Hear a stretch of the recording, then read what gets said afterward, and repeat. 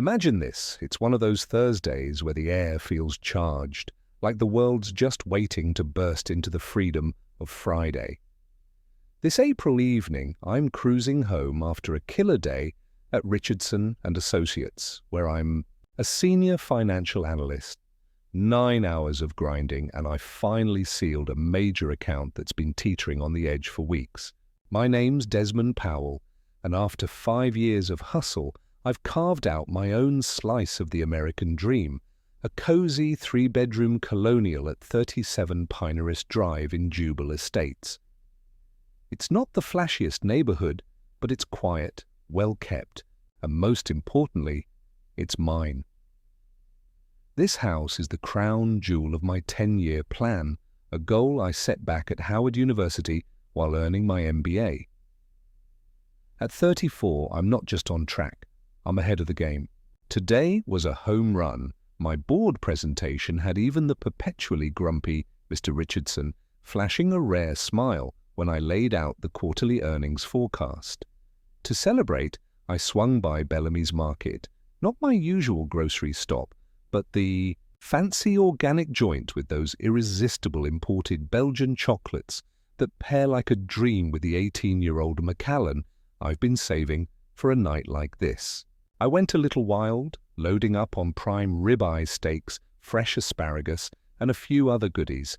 6 grocery bags worth, enough for 2 trips from my charcoal grey Audi Q5 to the house. It's 6:30 p.m. and the April breeze is just right, teasing the new leaves on the maple trees lining Pinehurst Drive. I'm still buzzing from the day's high, ready to kick back and savor my victory. Which city in the United States are you watching from? Drop a comment and share with us if you've had any run-ins with an HOA. We'll narrate your story on our channel. I just opened my trunk and was gathering the first round of bags when a shrill voice cut through the peaceful evening air like a chainsaw through butter. "Excuse me, what exactly do you think you're doing?" I turned, grocery bags in hand, to see a woman I'd never met before storming across my lawn. She was perhaps in her late 50s with bottle blonde hair pulled back in a tight ponytail that seemed to be stretching her skin unnaturally. She wore a pastel pink velour tracksuit that had definitely seen better days and carried a small yapping dog under one arm. Some sort of teacup, something or other, that looked more like an oversized rat than a canine. "I'm sorry," I replied, genuinely confused by both her tone and her presence on my property. "Don't play dumb with me," she snapped, her face contorting into an expression of such exaggerated outrage that it would have been comical if it weren't so concerning. "I've been watching you. I know what you're up to." I glanced around half, expecting to find myself in some hidden camera prank show.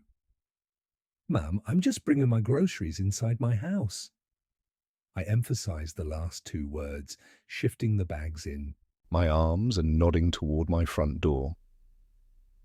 "This is Julie Thornton's house," she declared with absolute certainty. "And I know for a fact she's out of town visiting her sister in Phoenix." I took a deep breath. I'd heard stories about encounters like this from friends, read about them online, but had naively thought my suit and tie, my luxury vehicle, my well-maintained property would somehow insulate me from such assumptions. Clearly, I had been wrong. "No, this is my house. I'm Desmond Powell. I've lived here for almost a year now," I explained, with forced patience, wondering if this information would penetrate the fortress of certainty she had constructed. The woman, who I would later learn was named Bethany Winters, narrowed her eyes and clutched her yapping accessory closer to her chest. "Julie is a close personal friend of mine," she insisted, despite the fact that no one named Julie had ever owned my home. And she certainly didn't mention selling her house too. She trailed off, leaving the implication hanging in the air between us. "To someone like me," I finished for her, my voice leveled despite the familiar burn of indignation rising in my chest. "I'm calling the police," she announced, already fumbling with her phone. "We'll see what they have to say about this." In that moment, I had a choice to make. I could set down my groceries, go inside my house, close the door, and hope that the police would be reasonable when they arrived. I could try again to convince this woman that I did, in fact, live here, or I could stand my ground and let the situation unfold, documenting everything. "Mum, I'm going to continue bringing my groceries inside my home now," I said, calmly, moving toward my front door as she frantically punched at her phone screen. "Man, what's your emergency?" I could hear the dispatcher's voice from where I stood.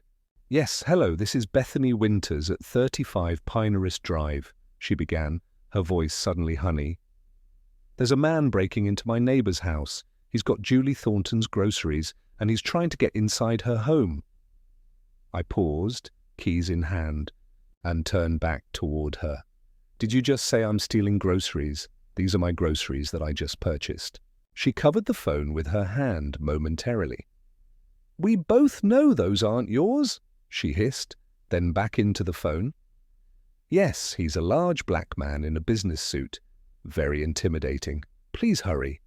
The sheer absurdity of the situation might have been funny if it weren't so dangerous. I was being accused of stealing my own groceries and breaking into my own home. As I stood there on my own front porch, I realized this Thursday had just taken a dramatic turn away from my planned, quiet evening of celebration. I set my grocery bags down on the porch and pulled out my phone. If this situation was heading where I feared it might, documentation would be my best defense. I began recording video just as Bethany approached the edge of my property line, her dog still yapping incessantly. "The police are on their way," she announced triumphantly, as if this would somehow cause me to flee the scene of my alleged grocery theft. "They said to keep an eye on you until they arrive." "That's fine," I replied evenly, making sure my camera captured both her and my house in the frame. "While we wait, I'm going to get the rest of my groceries. You know, the ones I supposedly stole. Don't you dare touch anything else," Bethany shrieked, her face reining to match the sunset beginning to paint the western sky. "Those are Julie's things." I took another deep breath. "Mom, I don't know any Julie. I bought this house from the Hendersons last June. You're mistaken about both the ownership of this house and these groceries." She scoffed so dramatically I thought she might pull a muscle. "The Hendersons, they moved away years ago. Do you think I'm stupid? I've lived on this street for 17 years. Then you should know that the Hendersons lived here until last year when they relocated to Cincinnati for Mr. Henderson's job," I replied, recalling details from my closing paperwork. "I purchased the house directly from them through Lakeside Realty. My agent was Teresa Washington." Bethy's expression flickered momentarily, perhaps recognition of the realtor's name, but she quickly recovered. "Well, whoever sold it had no right to. This house belongs to Julie Thornton." At this point, a sleek Tesla pulled into the driveway of the house directly across the street. A middle-aged white couple emerged, looking curiously in our direction. The man, dressed in casual golf attire, called out, "Everything okay over there, Desmond?" Relief washed over me.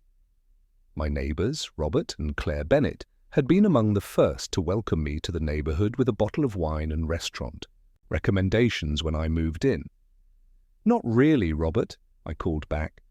"This lady seems to think I'm breaking into my own house and stealing groceries."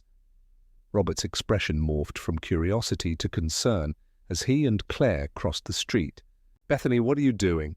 Claire asked, her tone suggesting this wasn't the first time Bethany had caused a neighborhood disturbance. "Protecting our community," Bethany declared, lifting her chin defensively. "This man is breaking into Julie Thornton's house," Claire exchanged a bewildered look with her husband before addressing Bethany. "Julie Thornton from the Garden Club. She lives on Maple Street, not Pinehurst, and she sold her house 2 years ago and moved to a retirement community. Not that Julie, Bethany, snapped impatiently. Julie Thornton, who lives right here. She jabbed a finger toward my house. Bethany, Robert said slowly, as if speaking to a child. This is Desmond's house. He's lived here for almost a year now. We had him over for the neighborhood Labor Day barbecue.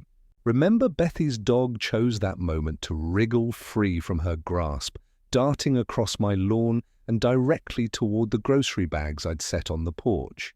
Before any of us could react, the little creature had managed to topple one bag, sending a package of expensive steaks tumbling onto the porch. "See?" Bethany exclaimed triumphantly, pointing at the fallen groceries. "Those are exactly the kind of steaks Julie always buys. Premium rib eyes. This proves it. The mental gymnastics required to maintain her position were truly Olympic level." I couldn't help but laugh, which only seemed to infuriate her further. "You think this is funny?" she demanded, breaking into homes, stealing hard-working people's groceries. "What I think," I replied, keeping my phone steady as I continued recording, "is that you saw a black man in a suit unloading groceries from a nice car and decided he couldn't possibly live in this neighborhood. So you invented a fictional homeowner named Julie Thornton to justify calling the police on me. How dare you?" "Accuse me of racism?" Bethany gasped, clutching at invisible pearls. "Some of my best friends are black." The classic line nearly made me laugh again, but the sound of approaching sirens cut through the air. My stomach tightened involuntarily. No matter how absurd this situation, no matter how clearly in the right I was, years of lived experience and countless news, stories had taught me that interactions between black men and police often ended badly, especially when emotions were running high. "Robert," I said quietly, "would you mind sticking around while the police sort this out?" Understanding immediately crossed his face. "Of course, Desmond. We're not going anywhere." As the police cruiser pulled up to the curb, Bethany nearly tripped over herself, rushing to meet the officers. Two uniformed policemen emerged. One, younger white officer, who looked barely old enough to have graduated the academy, and an older black officer with salt and pepper hair and the weathered expression of someone who had seen it all. "That's him," Bethany declared dramatically, pointing at me as if identifying a dangerous criminal in a lineup. "He's the one breaking in and stealing groceries." The older officer, whose nameplate identified him as Officer J. Washington, exchanged a brief look with his partner before approaching our little gathering. "Good evening, folks. I'm Officer Washington, and this is Officer Miller. We received a call about a break-in." "Yes," Bethany exclaimed before anyone else could speak. "This man is trying to break into Julie Thornton's house, and he stole her groceries from her car." Officer Washington turned to me, his expression neutral, but eyes assessing. "Sir, could I see some identification, please?" "Certainly, officer," I replied, careful to move slowly as I reached for my wallet. "My name is Desmond Powell, and this is my house. I was simply bringing in groceries I purchased on my way home from work when this woman approached me and accused me of theft and breaking in. I handed over my driver's license, which clearly displayed my Pinterest drive address. I also have my house key, mortgage statements, and utility bills inside that can verify this is indeed my residence." Officer Washington examined my license carefully, then handed it back. "And these groceries?" he asked, gesturing to the bags. "I just purchased them at Belamsi Market on Main Street," I replied, pulling the receipt from my pocket. I still have the receipt with today's date and timestamp. As Officer Washington examined my receipt, Bethy's indignation seemed to grow exponentially. She was practically vibrating with righteous fury, her face contorting through a remarkable series of expressions that ranged from outrage to disbelief to something resembling constipation. "This is ridiculous," she finally exploded. "Obviously he's lying. Julie would never let her house go to," she caught herself, but not quickly enough. To what, Mom? Officer Washington asked, his tone deceptively casual as he handed me back my receipt. To someone she doesn't know, Bethany finished lamely. Uh-huh, Officer Washington replied, his expression making it clear he wasn't buying her hasty revision. Sir, do you have any other proof of residence besides your driver's license? I can show you my house key, I offered, pulling out my key ring. And as I mentioned, I have mortgage documents and utility bills inside. I'd be happy to retrieve them. Officer Washington nodded. That would be helpful. I'll accompany you inside if that's all right. Before we could move toward the door, Bethany interjected, her voice reaching a pitch that made her dog start barking again. You can't let him in there. He's obviously a con man. He probably faked his ID and the receipt. Julie would never sell her house without telling me. Her best friend, Mom. Officer Miller spoke for the first time, his young face serious. Please, lower your voice. Robert and Claire stepped forward. Officers, Robert began, we live right across the street. We can verify that Desmond has lived here for almost a year now. We attended his housewarming party last summer, and there is no Julie Thornton living on this street, Claire added firmly. Bethany is mistaken, Bethany whirled on them. You're all in on it, she accused wildly. The whole neighborhood is conspiring against me. Officer Washington's expression shifted from professional neutrality to concern. Mom, are you feeling all right? Of course I'm not all right, she snapped. I'm standing here watching all of you help a criminal break into my friend's house and steal her things.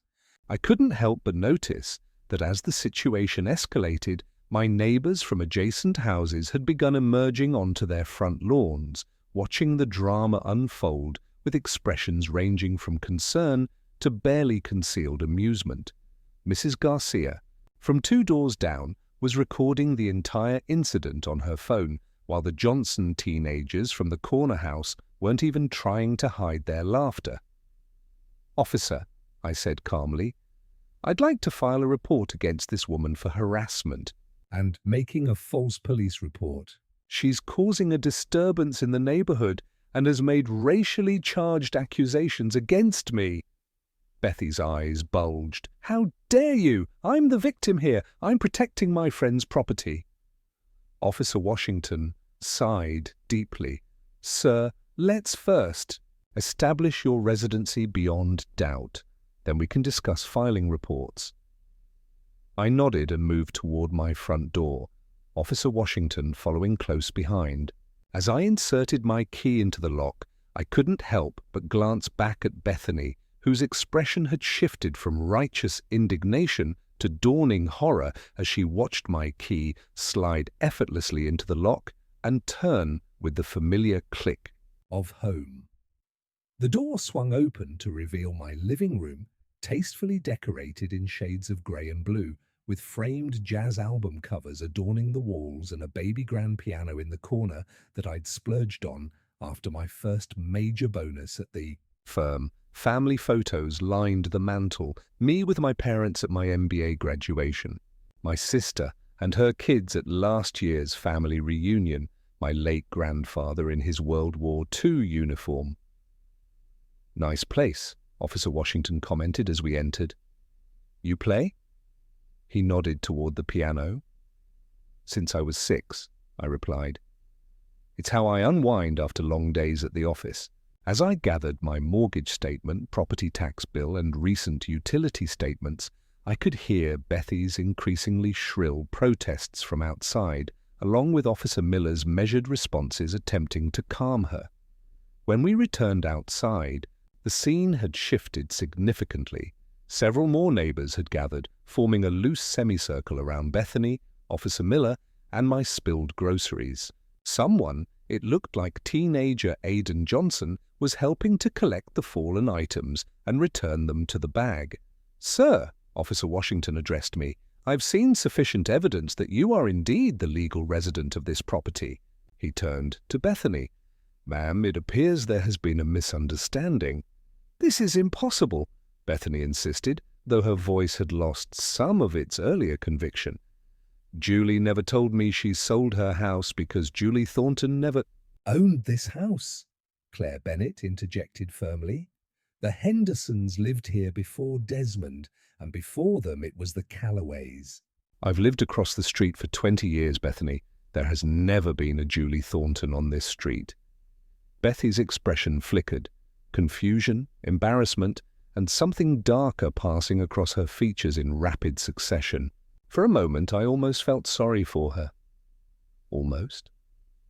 Perhaps you're thinking of a different street? Officer Miller suggested gently. Officer Washington and I can help you figure out where your friend actually lives if you'd like. I know where my Friend lives, Bethany snapped. But her voice lacked conviction. She lives, she trailed off, her certainty visibly crumbling. Ma'am, Officer Washington said, his tone professional but firm. We need to discuss the matter of this call. You reported a break-in and theft that clearly did not occur. Making false reports to emergency services is a serious offense. Bethy's eyes widened as the implications sank in. I wasn't making a false report. I genuinely believed that a well-dressed black man couldn't possibly live in this neighborhood. I finished for her. The assembled neighbors fell silent. The collective. Intake of breath almost audible. Bethany's face flushed crimson. That is not what I meant. I'm not racist. I was just trying to protect the neighborhood. By assuming the worst about me based solely on my appearance, I pointed out, despite evidence to the contrary, the house key, the luxury vehicle in the driveway, the business suit. It wasn't about race, Bethany insisted desperately. It was about what exactly? Officer Washington prompted, his expression making it clear he'd heard variations of this conversation countless times before. I've never seen him before, Bethany finally blurted out. How was I supposed to know he lived here? You could have introduced yourself like a normal neighbor instead of immediately calling the police, Mrs. Garcia suggested, from the sidelines, her phone still recording. That's what the rest of us did when Desmond moved in. The collective rebuke from my neighbors seemed to finally penetrate Bethy's defenses. Her shoulders slumped slightly, and for the first time since this ordeal began, she appeared uncertain. Her dog, sensing the shift in energy, had stopped its incessant yapping and now whimpered softly in her arms. Officers, I said, making a split-second decision that would alter the course of the evening. I'd like to press charges for filing a false police report and harassment. Bethy's head snapped up, her eyes widening with genuine alarm. You can't. Be serious. I made an honest mistake. Was it honest, though? I counted, meeting her gaze steadily. You specifically claimed I was stealing groceries and breaking into a house that belongs to someone who doesn't exist. You escalated a situation that could have been resolved with a simple conversation into a potentially dangerous confrontation involving law enforcement. Officer Washington nodded slowly. Mr. Powell has grounds for a complaint. Ma'am, filing a false police report is a misdemeanor that can result in fines and even jail time, depending on the circumstances. The color drained from Bethy's face so rapidly, I momentarily worried she might faint. Jail? But I'm the neighborhood watch coordinator. I serve on the community board. I was just trying to protect. You're the neighborhood watch coordinator, Claire interrupted, her eyebrows shooting upward. Since when? Since the meeting last month, Bethany replied defensively. Where were you? At home, probably, Robert interjected, because there was no neighborhood watch meeting last month. The association meets quarterly, and the last meeting was in February, which Bethany did not attend. Another piece of the puzzle clicked into place. So, you've been pretending to have an official role in neighborhood security? I asked, incredulous. Bethy's gaze darted around the assembled neighbors, searching for allies and finding none. Well, someone needs to take responsibility for keeping this neighborhood safe. Crime is up everywhere these days. Actually, Officer Miller spoke up. Property crime in this district has decreased by 12% over the past year. The real threat to neighborhood safety, I said quietly, is people who escalate situations unnecessarily and create dangerous conditions based on unfounded suspicions and prejudice. Officer Washington pulled out his notepad. "Ma'am, I need your full name and address for the report." "This is ridiculous," Bethany protested, her voice cracking. "Are you seriously going to take his side?" "Do you know who my husband is?" "No, ma'am. Who is your husband?" Officer Washington asked calmly, pen poised above his notepad. Bethany hesitated, the bluff clearly backfiring. He's an important businessman, Gerald Winters. He plays golf with the mayor." From the back of the crowd, a voice called out, "Isn't Gerald Winters the guy who got fired from the bank last year for inappropriate comments to female employees?" Bethy's head whipped around, trying to identify the speaker. "That is a vicious lie. My husband took early retirement." "Name and address, please, Mum," Officer Washington repeated, unmoved by the dramatics. As Bethany reluctantly provided her information, mumbling her address as 42 Pinehurst Drive, I had a sudden revelation. She lived just down the street from me, close enough to have seen me coming and going for months. Had she bothered to pay attention to her actual neighbors rather than inventing fictional ones to protect? "Officers," I said, making another snap decision, "I'd like to modify my request. Instead of pressing charges immediately, I'd prefer to explore alternative resolutions." Both officers looked at me curiously while Bethy's expression cycled rapidly between relief and suspicion. "What kind of alternative resolution?" Officer Washington asked. I turned to face Bethany directly. "Mrs. Winters, your actions today could have had serious consequences for me, for the officers who responded to a false emergency, and for actual emergencies that might have been delayed because resources were diverted here. I think the appropriate response would be for you to make amends in a way that benefits the community you claim to care so much about." "What? What did you have in mind?" she asked cautiously. "First, a public apology here and now in front of our neighbors," I began. "Second, a substantial donation to the Community Youth Center on Elm Street that provides after-school programs for underprivileged kids. Third, your resignation from any neighborhood committee positions you currently hold, self-appointed or otherwise. And fourth, your enrollment in the city's Community Relations Workshop series that focuses on diversity, equity, and inclusion." The assembled neighbors murmured their approval, several nodding vigorously at my suggested terms. "And if I refuse," Bethany asked, chin lifting defiantly despite her precarious position, "then I press charges," I replied simply, "and I'll be pursuing civil action as well. I'm a financial analyst by profession, but I have many friends who are excellent attorneys. I'm sure they'd be fascinated by this case." Officer Washington cleared his throat. "That sounds like a reasonable alternative to formal charges, ma'am. I'd recommend considering it carefully." Bethany looked around at the faces of her neighbors, people she'd lived among for years, but perhaps never truly seen. Whatever she was, searching for sympathy, alliance, a way out, she didn't find it. Her shoulders slumped further. "Fine," she conceded, her voice barely audible. "I apologize. I think our neighbors deserve to hear specifically what you're apologizing for," I prompted. Bethy's jaw clenched momentarily before she forced out the words. "I apologize for calling the police without justification, for assuming you were trespassing when you were just going about your business at your own home, for causing a scene," and Claire Bennett prodded from across the street. Bethy's eyes flashed with momentary defiance before resignation settled over her features, and for making assumptions based on appearances. It wasn't a full acknowledgement of her racial profiling, but it was probably the most we would get. I decided to accept it rather than push further. "Apology accepted," I said, formally. "Now, regarding the donation, I think $5,000 would be appropriate given the severity of today's incident and potential consequences." Bethany gasped.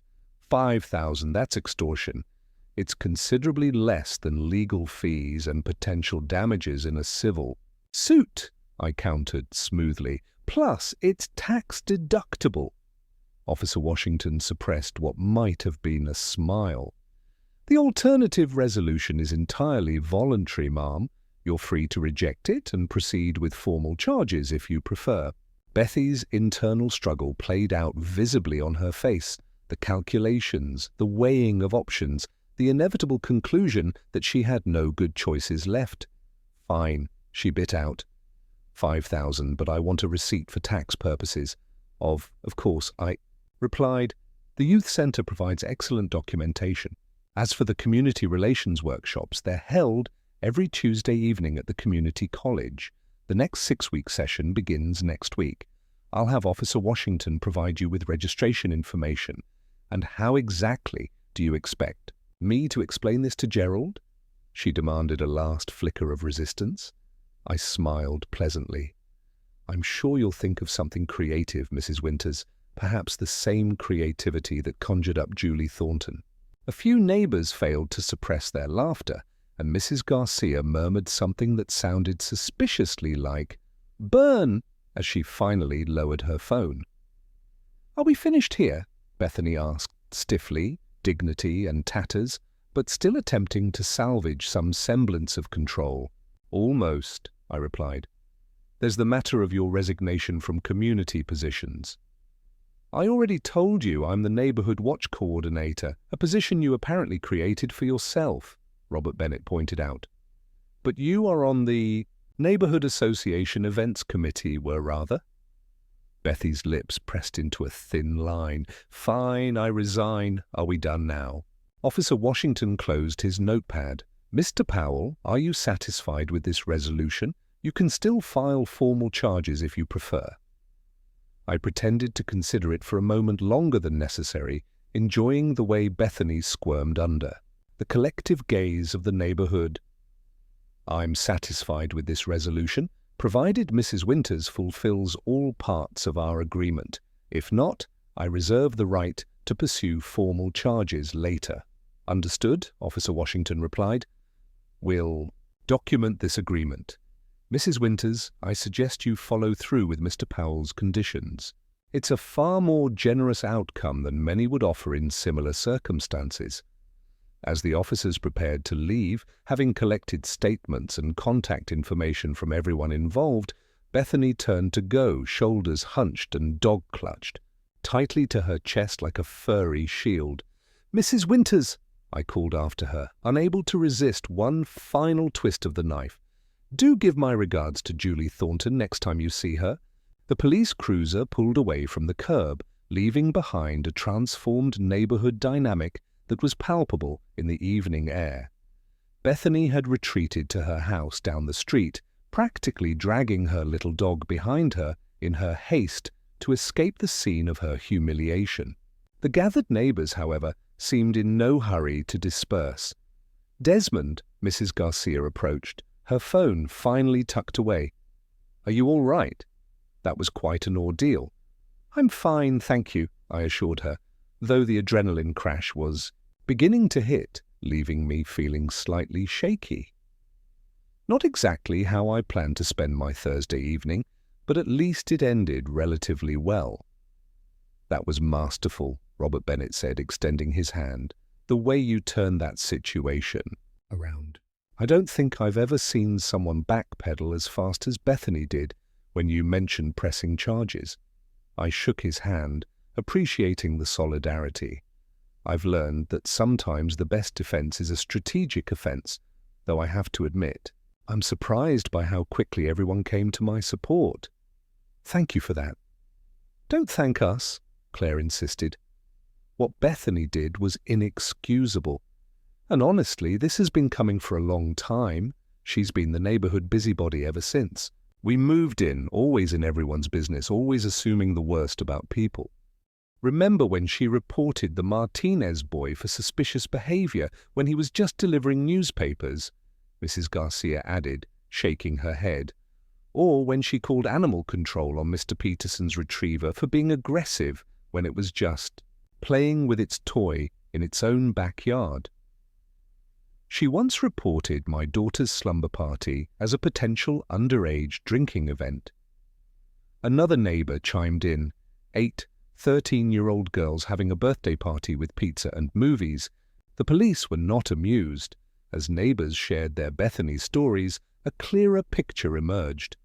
This wasn't just about race, though that had clearly been a factor today. Bethany Winters was the neighbourhood's self-appointed moral guardian, constantly policing others' behaviour according to her own arbitrary standards. Today she had finally overstepped so egregiously that the community had collectively said enough. "Well," I said, surveying the spilled groceries that Aidan had mostly collected, "I should probably get these inside before they spoil completely. My celebration dinner has been somewhat delayed." "Celebration?" Claire inquired. "What were you celebrating?" "I closed the Richardson account today," I explained. "It's been a challenging client, but we finally got them to sign a major portfolio management deal."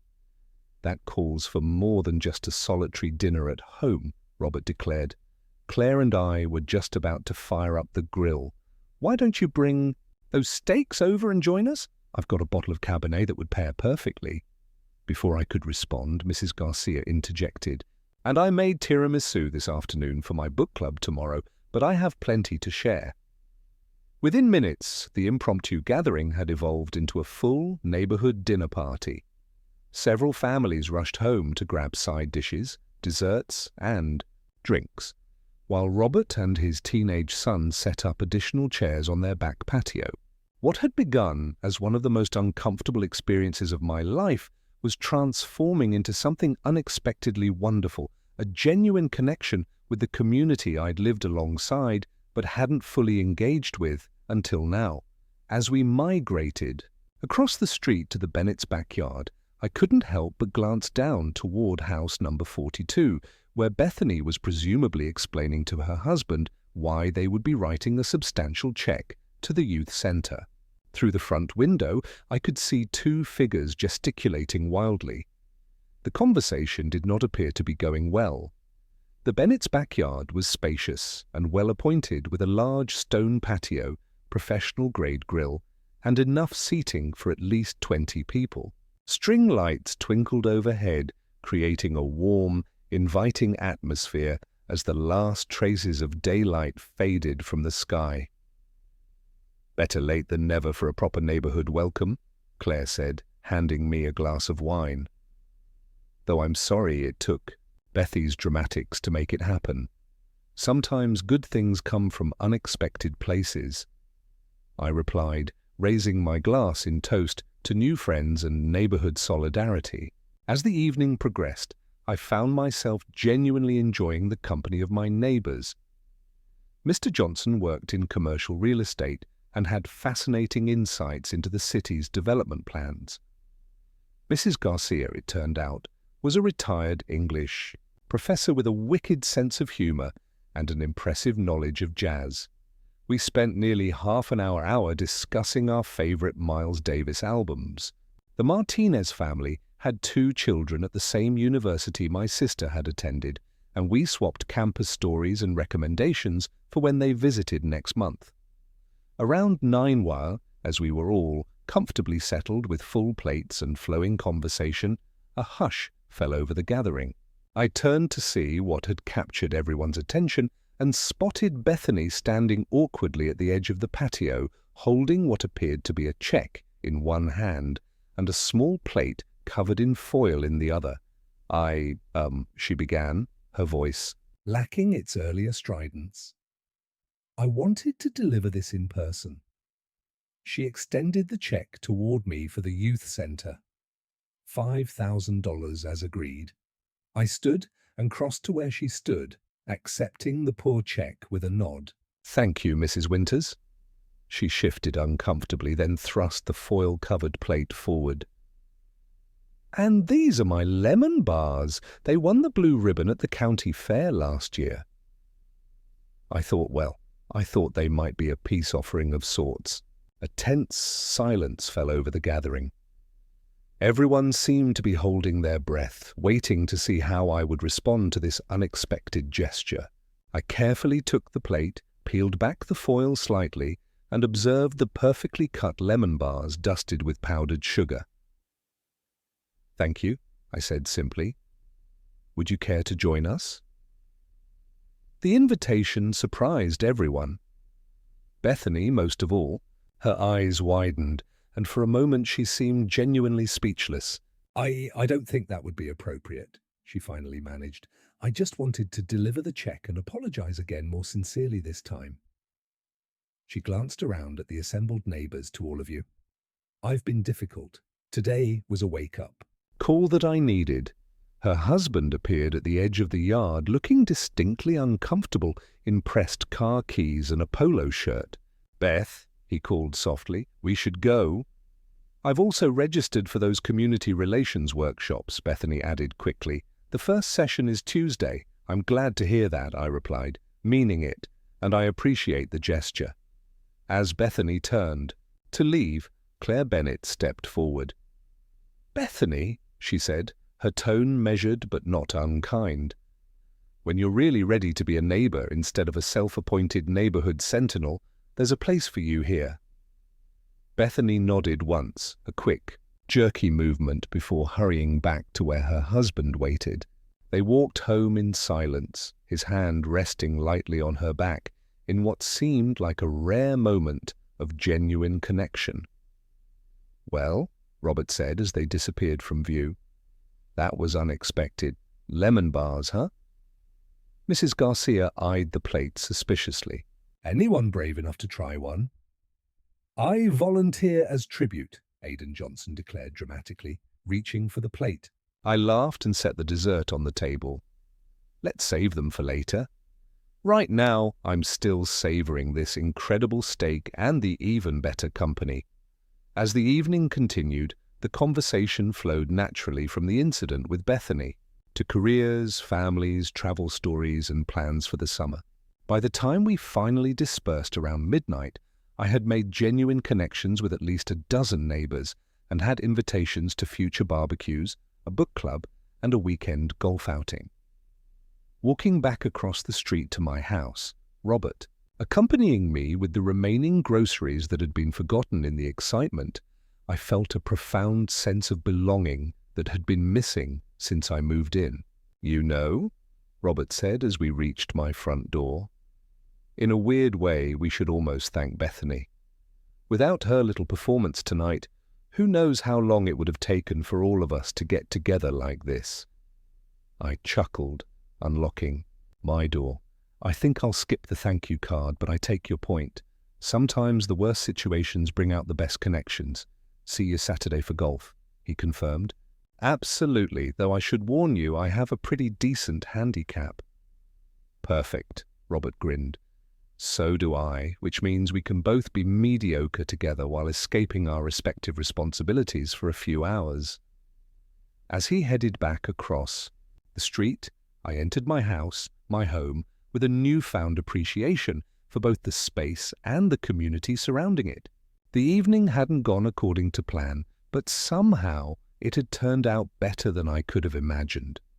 3 weeks after what had come to be known in the neighborhood as the Julie Thornton incident, life had settled into a new and improved rhythm.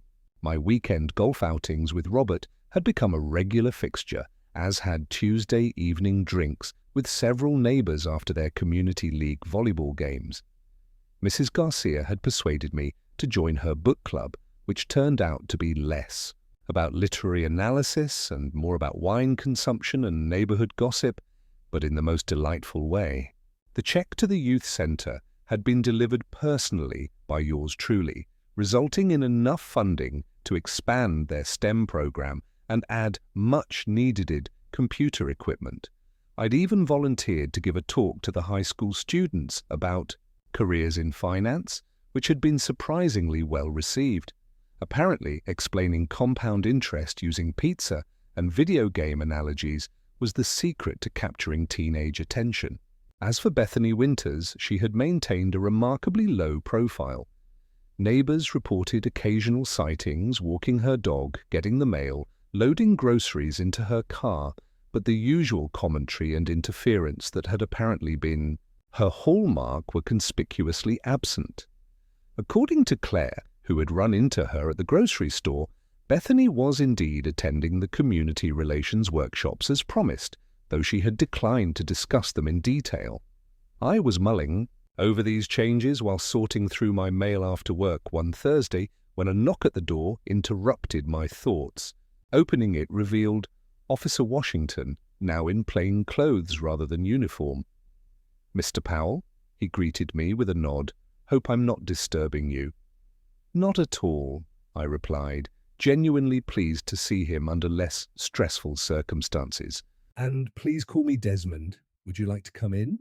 "Thanks," he said, stepping inside. "Nice place. Even better when it's not part of an official visit." I offered him a seat and a drink, which he declined with a smile. "I'm actually here semi-officially," he explained. "There's been an interesting development regarding your neighbor, Mrs. Winters, that I thought you should know about." "Nothing serious, I hope?" Despite everything, I didn't bear Bethany any lasting ill will. Her humiliation and financial contribution to the youth center seemed punishment enough for her actions. "That depends on your definition of serious," Officer Washington replied, his expression a mixture of amusement and disbelief. "Are you familiar with a local blog called Neighborhood Watch Warriors?" I shook my head. "Can't say that I am. It's a blog where self-appointed neighborhood watchdogs share stories about protecting their communities," he explained, making air quotes around the last phrase. "Mostly it's middle-aged people complaining about kids playing too loudly or dogs barking or the wrong type of flowers being planted in public spaces." "Sounds thrilling," I commented dryly. "Oh, it gets better," Officer Washington assured me. Mrs. Winters was apparently a frequent contributor under the username SafetyGuardian42, and by frequent I mean she posted multiple times daily for the past 3 years. My eyebrows rose. "I'm sensing there's more to this story." Yesterday, she published a comprehensive retraction and apology for every questionable report she's ever made, and she named names, including her own.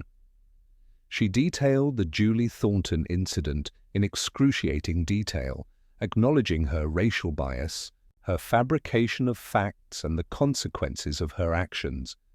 She described the community relations workshops as eye-opening and long overdue. I sat back, genuinely stunned. "That's unexpected." "It gets even more interesting," Officer Washington continued. "She included a link to donate to the youth center, and according to my contact there, they've received over $20,000 in donations since yesterday, all directly attributed to people who clicked through from her blog post." 20,000? I echoed, astounded, from a neighborhood blog. Turns out Neighborhood Watch Warriors has quite the following, over 50,000 subscribers nationwide. Apparently there are a lot of Bethan out there. He shook his head in amazement. The blog's administrator initially tried to take down her post, calling it race traitor propaganda, but the backlash was so severe that several major sponsors threatened to pull their support. The post was reinstated within hours, and the administrator issued a formal apology for attempting to censor her. I found myself laughing at the sheer improbability of it all. So Bethany Winters, neighborhood terror and racial profiler, has inadvertently become an advocate for racial awareness and community building. "Life is full of surprises," Officer Washington agreed with a chuckle. "The department has received several calls from other precincts asking about our community intervention model." After reading her post, "The chief is considering implementing a formal program based on your resolution approach, offering alternatives to charges in certain situations if the offender agrees to meaningful community service and education." That's wow. I was genuinely at a loss for words. I was just trying to find a solution that might actually make a difference rather than just punishing her. Sometimes the right approach at the right moment creates ripples you never anticipated, Officer Washington observed. "Anyway, I thought you should know your handling of that situation may end up having a much wider impact than just one neighborhood dispute. After Officer Washington left, I sat in thoughtful silence for several minutes before curiosity got the better of me. I opened my laptop and searched for Neighborhood Watch Warrior's blog Julie Thornton. The post appeared immediately, a lengthy, detailed account titled "How I Became What I Claimed to Fight Against, a Neighborhood Watch Cautionary Tale." Bethy's writing was surprisingly eloquent, brutally honest, and genuinely reflective. She spared herself no mercy in recounting her assumptions, her fabrications, and the public humiliation that followed. Most striking was the final paragraph. "I have spent 3 years on this platform encouraging vigilance against perceived threats to our neighborhoods when the greatest threat was actually within me. The willingness to see danger where none existed, to assign malicious intent based on appearances, and to appoint myself judge and jury over others' right to exist peacefully in their own communities. If you recognize yourself in my story, I urge you to step back and examine your motivations before you become the next cautionary tale. Our neighborhoods don't need self-appointed guardians. They need neighbors who see each other as human beings, worthy of basic respect and the benefit of the doubt." The comment section was a battlefield. Some longtime followers expressing outrage at her betrayal, others applauding her honesty, and many sharing similar experiences from both sides of such encounters. The youth center donation link was prominently displayed with a running tally showing over $23,000 and climbing. I was still processing this unexpected turn of events when my phone buzzed with a text from Robert. "Have you seen Bethy's blog post? Neighborhood is blowing up about it. Emergency HOA meeting called for tomorrow night." "You coming?" I texted back. "Wouldn't miss it for the world." The Homeowners Association meeting the following evening was held in the community center basement, a space typically used for children's birthday parties and retirement celebrations, now packed to capacity with nearly every resident of Pinerist Drive and several adjacent streets.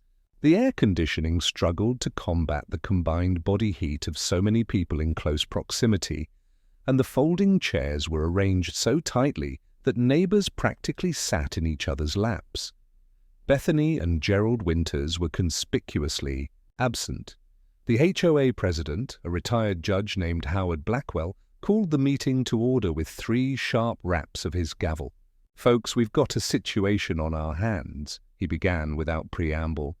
"I assume most of you have seen or heard about Bethany Winters' blog post by now." A chorus of affirmative murmurs rippled through the crowd.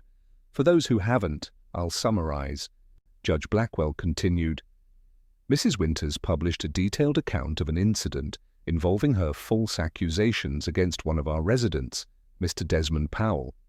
She admitted to racial profiling, fabricating information, and general behavior unbecoming of a neighbor and community member." He paused, surveying the room. "The post has gone viral, bringing significant attention to our neighborhood. We've received inquiries from 3 different news outlets, the mayor's office, and several civil rights organizations. The question before us tonight is how we, as a community, wish to respond." Claire Bennett raised her hand.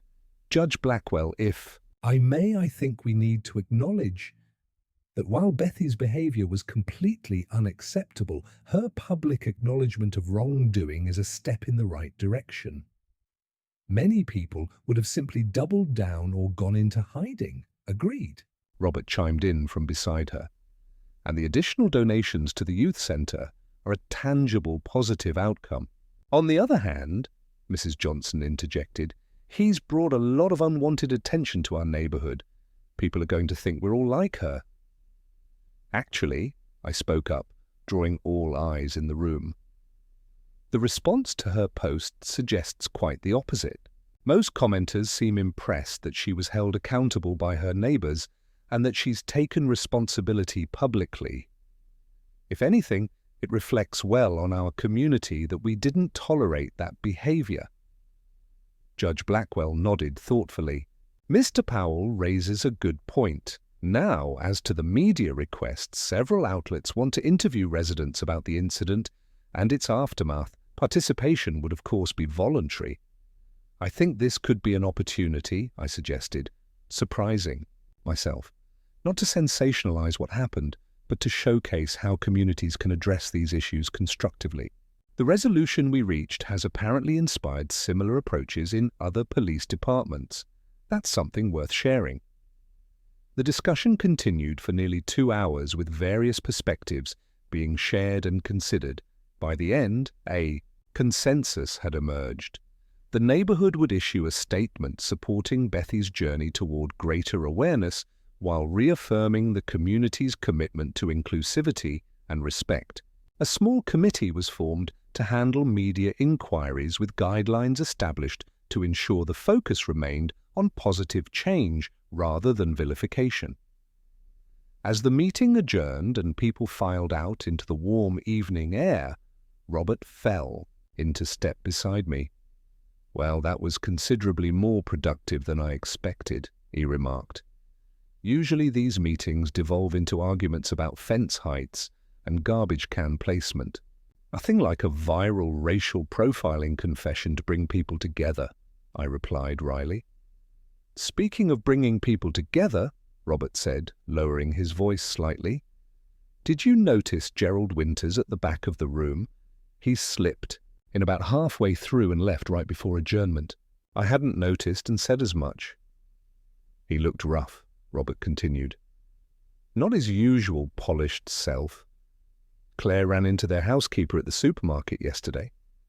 Apparently Bethy's been sleeping in the guest room since the incident. The blog post might have been the last straw. The housekeeper overheard a pretty heated argument before Gerald stormed out yesterday afternoon." "That's unfortunate," I said, sincerely. While I had no love for Bethy's actions, I took no pleasure in the potential dissolution of her marriage. Karma is a fascinating thing, Robert mused as we reached our respective driveways. "You took the high road, and somehow she's ended up punishing herself far more thoroughly than any legal action could have." I pondered his words as I entered my house, the quiet solitude, a welcome change after the crowded meeting. Robert was right. The resolution I'd proposed had been intended primarily to benefit the youth center and force Bethany to confront her biases, not to destroy her life. Yet here we were 3 weeks later, with her marriage potentially in jeopardy, her social standing in tatters, and her identity as the neighborhood protector completely shattered. Had I known how things would unfold, would I have chosen differently? I considered the question carefully as I prepared for bed. The truth was, I hadn't set these dominoes in motion. Bethany had done that herself when she decided to call the police On me for the crime of existing in my own space. All I had done was refuse to be victimized and insist on a meaningful consequence rather than empty apologies. Sometimes, I reflected as I drifted towards sleep, the most powerful revenge isn't what you do to someone else. It's creating the conditions for them to fully face what they've done to themselves. The media storm that followed was both more intense and more abbreviated than anyone had anticipated. For approximately 72 hours, our quiet suburban enclave became the focal point of a national conversation about racial profiling, community accountability, and restorative justice. News vans lined Pinarest Drive, reporters wielding microphones approached residents as they collected their mail or walked their dogs, and social media buzzed with hot takes and hashtags. I declined most interview requests, agreeing only to a single conversation with a respected journalist known for thoughtful coverage of complex social issues. We spoke for nearly 2 hours in my living room, covering not just the incident, but broader questions about belonging, community, and the subtle ways racial bias manifests in supposedly safe spaces. The resulting article was nuanced and thought-provoking, focusing less on villainizing Bethany and more on examining the systemic issues that create Bethan in neighborhoods across America. By day 4, The news cycle had moved on to a political scandal involving a senator and misappropriated campaign funds. The news vans disappeared as quickly as they had arrived, leaving behind only flattened patches of grass where they had parked, and a neighborhood forever changed by its brief moment in the spotlight. Bethany and Gerald Winters remained scarce. Throughout the media frenzy, their blinds stayed drawn, their car rarely left the garage, and packages piled up on their porch until Mrs. Garcia, in an unexpected act of compassion, gathered them up and left them by their back door instead. Life at 37 Pinneris Drive continued its new, improved rhythm. I hosted a dinner party for my colleagues at the firm, proudly showing off both my home and my piano skills. I joined the Neighborhood Association's Finance Committee, helping to restructure the annual budget to include funding for community events, specifically designed to foster connection and inclusivity. The Bennett children adopted me as an honorary uncle, regularly appearing at my door to request help with math homework or piano lessons. It was during one such impromptu tutoring session, almost exactly 2 months after the incident, that my doorbell rang. Emma Bennett, 12 years old and struggling valiantly with pre-algebra, looked up from her textbook with relief at the interruption. "I'll get it," she volunteered eagerly, clearly grateful for any excuse to postpone the mysteries of negative exponents. I heard the door open, followed by silence, then Emma's uncertain voice. Mr. Powell, it's for you." Standing on my front porch, clutching a large manila envelope and looking significantly different from our last encounter, was Bethany Winters. The tight ponytail had been replaced by a softer, shoulder-length cut with subtle highlights. The garish tracksuit had given way to simple dark jeans and a blue blouse. Most noticeably changed was her expression, the pinched, suspicious look replaced by something more open, if deeply uncertain. "Mrs. Winters," I greeted her, stepping outside and closing the door behind me to give Emma privacy to text her mother about this dramatic development. "This is unexpected, Mr. Powell," she replied, her voice lacking its former strident. "I hope I'm not interrupting anything important." "Just helping with some homework," I assured her. "What can I do for you?" She held out the manila envelope. "I wanted to give you this personally. Well, you should probably just look at it." Curious, I opened the envelope and pulled out several official-looking documents. As I scanned the contents, my eyebrows rose involuntarily. "This is a deed transfer for property at the youth center." Bethany nodded. "Gerald and I owned a vacant lot adjacent to the center. We've donated it so they can expand their facilities, maybe add a basketball court or a community garden. The paperwork is already filed. This is just your copy since you're on their advisory board now." "That's incredibly generous," I said, genuinely impressed. The property in that area was valuable, and the youth center had indeed been looking to expand. "But why give me a copy?" "Because you're the reason it happened," she replied simply. "The community relations workshops ended last week. For our final project, we had to create a meaningful action plan to address harm we'd caused. This is mine." I studied her face, noting the absence of the defensiveness that had characterized our previous interactions. The workshops were helpful. Then life-changing, she admitted, a hint of wonder in her voice. Painful, humbling, but necessary. "I've lived in a bubble of privilege for so long that I didn't even recognize it as privilege. I just thought it was normal." I nodded, understanding exactly what she meant. "That's often how it works. Gerald and I are divorcing," she added abruptly. Not because of the incident directly, but it was a catalyst. Once I started questioning one set of assumptions, it led to questioning others, including why I've spent 20 years with someone who treats service staff like furniture and thinks casual racism is dinner conversation. "I'm sorry," I said, and meant it, she shrugged. "Don't be. It's amicable, all things considered. We've grown in different directions. Or rather, I've grown, and he's remained exactly the same. A faint smile touched her lips. I'm moving to Portland next month to be closer to my sister. Fresh start. Portland's a beautiful city, I offered.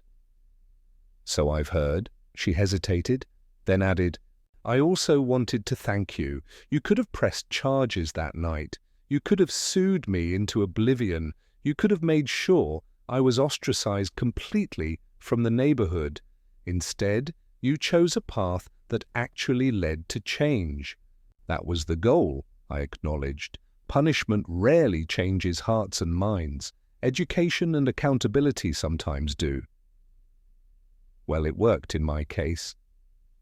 She glanced at her watch. I should go. I've taken up enough of your time, and I'm sure Emma is texting a play-by-play of this conversation to her mother as we speak. I chuckled. Probably the entire neighborhood by now. As Bethany turned to leave, she paused. There's one more thing. It's silly, but I've been working on it in therapy. She took a deep breath. I'm sorry, Desmond. Truly sorry for what I did. For what I assumed. For the danger I put you in. There's no excuse, and I will regret it for the rest of my life. The use of my first name, so simple, yet so humanizing, didn't escape my notice. I appreciate that, Bethany, I replied, using hers in return. And I accept your apology. She nodded once, seeming lighter somehow, and walked back down my driveway toward a future very different from the one she'd envisioned just 2 months earlier. I watched until she reached the sidewalk, then returned. Inside to find Emma Bennett on her phone, eyes wide with excitement. Mum's on her way over, she announced, and so is Mrs. Garcia and Mr. Johnson. They all want to know what just happened. I laughed, settling back at the dining table, where her textbook remained open to the troublesome pre-algebra problems. Well then, we'd better finish your homework before they arrive, or you'll never get it done. By the time Claire Bennett arrived, breathless and bursting with curiosity, Emma had successfully worked through 3 equations with only minimal assistance from me. The impromptu gathering that followed, neighbors dropping by with barely disguised excuses to hear about my conversation with Bethany, reminded me once again how fortunate I was to have found this community, despite the rocky introduction. Later, that evening, after the last neighbor had departed, and I was enjoying a quiet moment on my front porch with a glass of Macallan, the same bottle I'd intended to open the night of the incident, finally getting its moment. Robert Bennett wandered across the street to join me. So, he said, settling into the adjacent chair, Bethany Winters apologized, donated valuable real estate to the youth center, left her racist husband, and is moving to Portland. All because you decided to bring groceries into your house 2 months ago. I smiled, swirling the amber liquid in my glass. Life takes some unexpected turns. You know what's ironic? Robert mused. If she hadn't called the police on you that night, none of this would have happened. She'd still be the neighborhood terror, still be married to Gerald, still be posting on that ridiculous blog. In trying to maintain her version of the status quo, she ended up completely transforming her life and parts of the community too.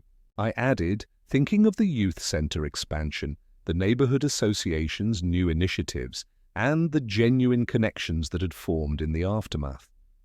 To unended consequences, Robert proposed, raising his glass. And to groceries, I counted with a grin, touching my glass to his. As we sat in companionable silence, watching the sunset paint the sky in shades of orange and purple, I reflected on the strange journey that had brought me to this moment. When I purchased the house at 37 Pinnerest Drive, I had expected to find privacy, independence, and perhaps a quiet sense of achievement. What I hadn't expected, what I couldn't have anticipated, was that it would take an act of blatant racism to help me find something far more valuable, a true sense of belonging, purpose and community. Sometimes, I thought, as stars began to appear in the darkening sky, the universe has a peculiar sense of justice. Bethany had sought to exclude me from a space I had every right to occupy. Instead, she had inadvertently cemented my place within it. She had attempted to make me feel like an outsider in my own home. Instead, she had become the outsider while I found my rightful place.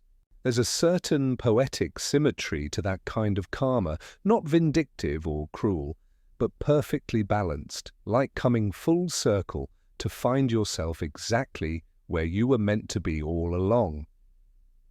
"Another round?" Robert asked, gesturing to our empty glasses. "Absolutely," I replied.